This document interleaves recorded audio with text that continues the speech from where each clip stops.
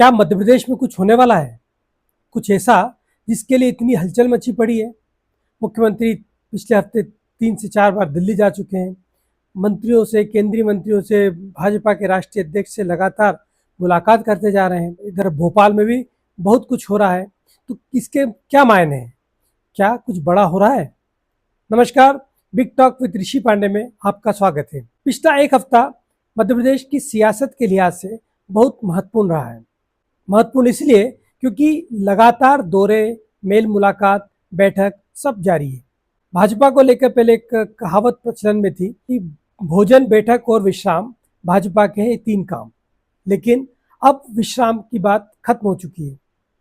अब बैठकें होती है, लेकिन उससे महत्वपूर्ण है मेल मुलाकात करना। आधुनिक काल में मेल मुलाकात को नेटवर्किंग या लॉबिंग या लाइजनिंग भी कहते हैं। लेकिन राजनीति के क्षेत्र में जिस तरीके से मेल मुलाकात चल रही है और जो भागदौड़ नजर आ रही है, उससे लग रहा है कि मध्य प्रदेश में निकट भविष्य में कुछ होने वाला है। अब वो क्या होने वाला है, इसको लेकर तमाम अटकलें जारी। सबसे पहले हम बात करें मुख्यमंत्री मोहन यादव की। पिछले एक हफ्ते में वे 3 से 4 बार दिल्ली गए। कहा जा रहा है कि वे दिल्ली इसलिए जा रहे हैं ताकि उनको मंत्रिमंडल में फेरबदल करना है, विस्तार नहीं, फेरबदल। फेरबदल इसलिए कि कई सारे मंत्री उनके साथ काम करने में असहज हैं, कई सारे मंत्रियों के साथ वे खुद काम करने में असहज हैं। इसके लिए वे एक ऐसा फरमान दिल्ली से लाना चाहते हैं जिससे कि सांप भी मर जाए और लाठी भी न टूटे। कुछ वरिष्ठ मंत्री हैं जो काफ़ी सीनियर हैं, उन्हें वो संगठन के रास्ते दूसरे काम में लगाने की मशक्कत करते हुए दिख रहे हैं। लेकिन ऐसा हो पाएगा, इसमें हाल फिलहाल तो संशय ही है। अभी वे जब दिल्ली गए तब वो संगठन महामंत्री BL संतोष से सबसे पहले मिले।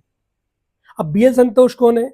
BL संतोष भाजपा के संगठन महामंत्री हैं जो राष्ट्रीय स्वयंसेवक संघ से भाजपा में सीधे आए हैं।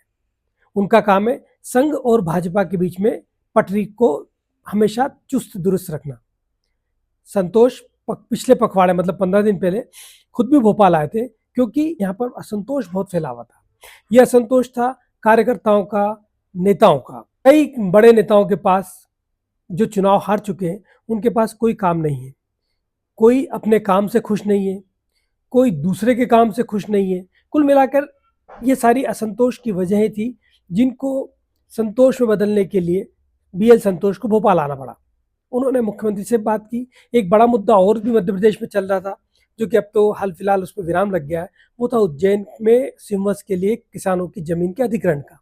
अब जो मामला है वो है निगम मंडल का, और दूसरा है मंत्रिमंडल फेरबदल का।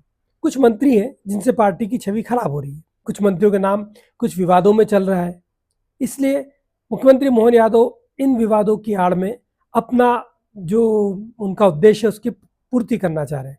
वो 2-3 मंत्रियों को घर बिठाना चाह रहे हैं और उनकी जगह 2-3 अपने समर्थकों को मंत्रिमंडल में लाना चाह रहे हैं। अभी जो मंत्रिमंडल है वो मिला जुला मंत्रिमंडल है, उनका अपना तो कोई सवाल ही नहीं उठता, क्योंकि मोहन यादव जब खुद मुख्यमंत्री बने थे तब उनके साथ वो अकेले ही थे। उनके साथ दिल्ली था, उनके साथ संघ के एक बड़े नेता सुरेश सोनी थे, लेकिन मोहन यादव के साथ विधायकों का बहुत बड़ा समर्थन नहीं था।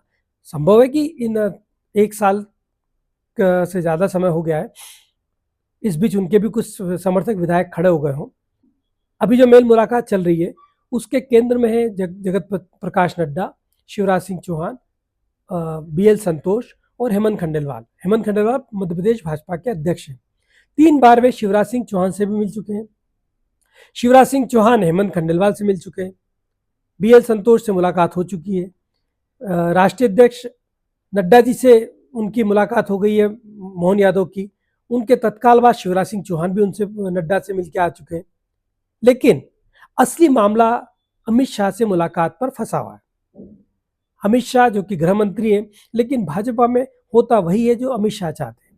इसलिए जब तक अमित शाह से मुलाकात नहीं होगी, वहां से हरी झंडी नहीं मिलेगी, तब तक मोहन यादव एक कदम भी आगे नहीं बढ़ पाएंगे। और अमित शाह से अभी तक उनको समय मिला नहीं है। वे 3 से 4 बार होकर आ गए हैं, लेकिन उनको अमित शाह की तरफ से कोई समय नहीं मिला है। इसलिए जब तक वहां से ग्रीन सिग्नल नहीं मिलेगा, तब तक सारी कवायद व्यर्थ है। संभव है कि अगले कुछ दिनों में उनकी मुलाकात हो जाए और मध्य प्रदेश में एक नया कुछ परिवर्तन होते हुए दिखने लग जाए। कुछ और विवाद भी हैं जिन पर अगली बार चर्चा करेंगे। आज के लिए बिग टॉक इतनी ही। अगली बार फिर एक नए विषय के साथ आपसे रूबरू होंगे। तब तक के लिए इजाज़त दीजिए। नमस्कार।